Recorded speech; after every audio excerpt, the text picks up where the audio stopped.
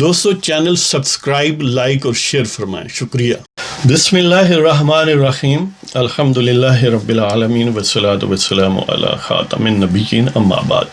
پاک ویوز محمد منشا، السلام علیکم، کیسے ہیں جناب؟ بات کرتے ہیں پاکستان ڈیموکریٹک موومنٹ کے جو 22 نومبر کو جلسہ ہے، یعنی جب تک یہ آپ تک پہنچے گا پروگرام موسٹ پروبیبلی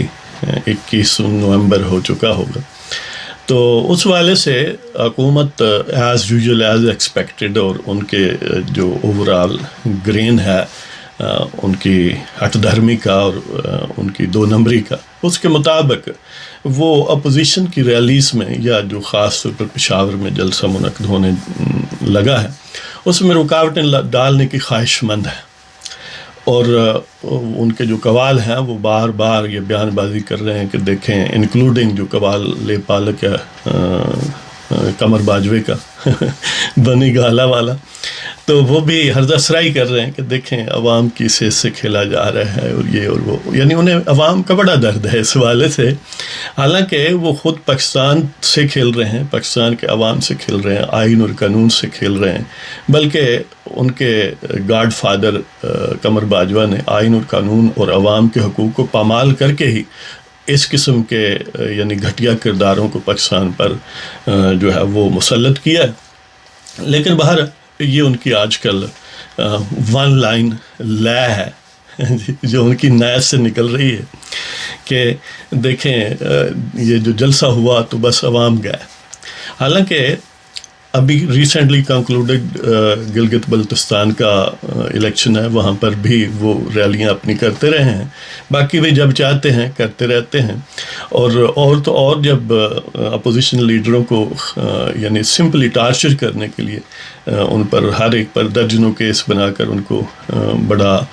پیش کیا جاتا ہے کینگرو کورٹس میں، ہاں جی، اکاؤنٹیبلٹی کورٹس میں، تو اس وقت وہ کسی قسم کا خیال نہیں رکھتے کہ یہاں پر ایس او پیز پر عمل کریں یا عدالت میں جو سلسلہ ہے اس کو اچھے انداز سے یعنی ایس او پیز کے حوالے سے ہینڈل کریں، اور بے شمار معاملات ہیں، ان کے اپنے اجلاس ہیں، ہاسپٹلز ہیں، یعنی ایک ڈیلی ایکٹیویٹی زندگی کی جو بھی ہے، لیکن جو ہی کوئی اپوزیشن جلسہ کرنے لگے تو ان کی دائیں اور بائیں کی پسلی جو ہے ان میں درد شروع ہو جاتا ہے کہ عوام کا درد جو ہے وہ انہیں پھر آرام نہیں کرنے دیتا۔ بہرحال پشاور کے انتظامیہ نے پی ڈی ایم کو انکار کیا کہ وہ جلسہ وہاں نہیں کر سکتے، اور اس کے جواب میں پی ڈی ایم کی قیادت، وہاں کی مقامی قیادت پی ڈی ایم کی یعنی جے یو آئی کی، مسلم لیگ نون کی، پیپلز پارٹی کی، باقی جو کانسٹیچوئنٹس پارٹیاں ہیں تقریباً 11، جیسے شیرپاؤ صاحب کی پارٹی ہے، اے این پی ہے، اچکزئی صاحب کی پارٹی ہے، یا جمعیت اہل حدیث ہے، باقی یعنی جمعیت علماء پاکستان ہے، نورانی صاحب کی، یعنی جتنی بھی پارٹیاں وہ 11 کے قریب ہیں، سب اس بات پر مصر ہیں اور پرعزم ہیں کہ ہم یہ جلسہ کریں گے۔ اگر کسی نے روکا تو ظاہر ہے پھر باہم دست و گریباں معاملہ ہوگا، ہر گلی گلی اور ہر محلے ہوگا۔ تو دیکھتے ہیں کہ وہ کیا کہتے ہیں کہ کلیش آف ٹائٹنز جی، کہ حکومت بے شک 2 نمبری حکومت بھی ہو تو پھر بھی حکومت کے پاس بے پناہ وسائل ہوتے ہیں، انتظامی اسٹرکچر ہوتا ہے، لا انفورسمنٹ کے جوان ہوتے ہیں، اور پھر آپ کو پتہ ہے کہ جو سسیلین مافیا کے گاڈ فادر ہیں ان کی اپنی حکومت ہے، تو قمر باجوہ کی ساری سازشیں اور ان کے شیخ الجسوس کی ساری سروسز جو ہیں وہ اپوزیشن کو کاؤنٹر کرنے کے لیے اپنے لے پالے کی سپورٹ میں موجود ہیں۔ لیکن یہ بھی ہے کہ حقیقی طور پر پاکستان کی نمائندہ قیادت جو ہے پاکستان ڈیموکریٹک موومنٹ کی، ظاہر ہے جمعیت علماء اسلام کے سربراہ اور پی ڈی ایم کے سربراہ جناب مولانا فضل الرحمان دامت برکاتہم عالیہ، اسی طرح مریم صاحبہ نواز لیگ کے حوالے سے، یا ایون ڈسٹنٹ پولیٹیکنگ کہہ لیں تو اس میں میاں نواز شریف صاحب، اور ظاہر ہے پیپلز پارٹی بھی میدان میں موجود ہے، یعنی سارے حضرات موجود ہیں اور حقیقی طور پر یعنی میسز میں مقبول ہیں اور پاکستان کے عوام میں روٹڈ ہیں۔ تو دیکھتے ہیں کہ یعنی حکومت ان سازشوں میں کامیاب ہوتی ہے یا کہ پاکستان ڈیموکریٹک موومنٹ کی قیادت جو ہے وہ اپنے اس ڈکلیئرڈ آبجیکٹو کو اچیو کر سکتی ہے، اور کر سکتی ہے تو کس حد تک کر سکتی ہے۔ یہ ایک اور بھی بات ذہن میں رہے کہ جو زندہ قومیں ہیں وہ انہیں یعنی اپنے جو ایک پولیٹیکل سمجھ لیں کہ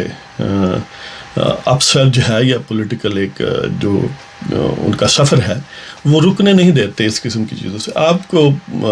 یعنی اب بتانے کی میرا خیال ہے کیا ضرورت ہے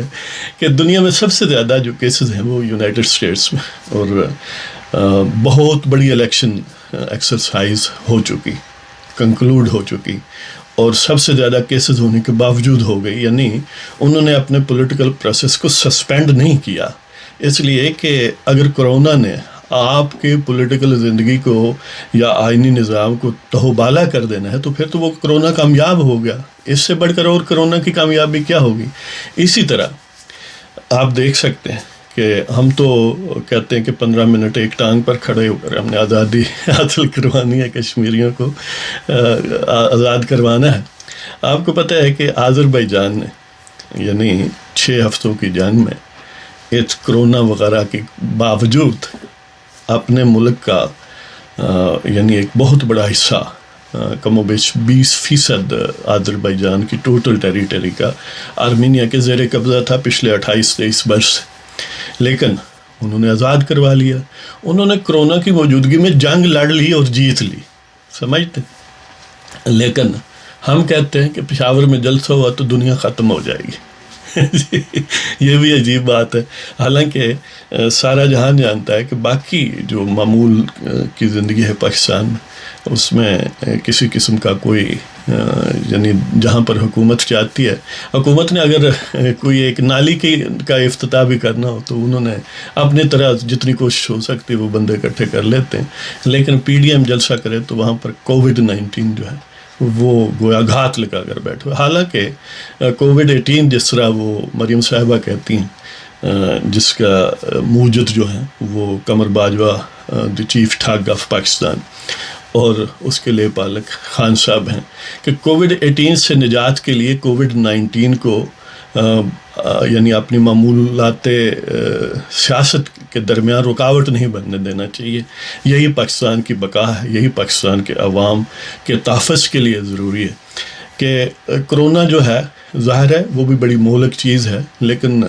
کرونا سے بڑھ کے جو سمجھ لیں کہ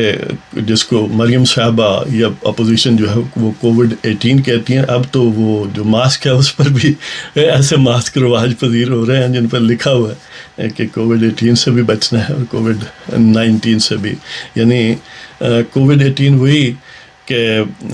یعنی ایک تو کرونا ہے نا کووڈ-19، اور ایک ہے کووڈ-18 جو سمجھ لیں کہ بنی گلونا ہے،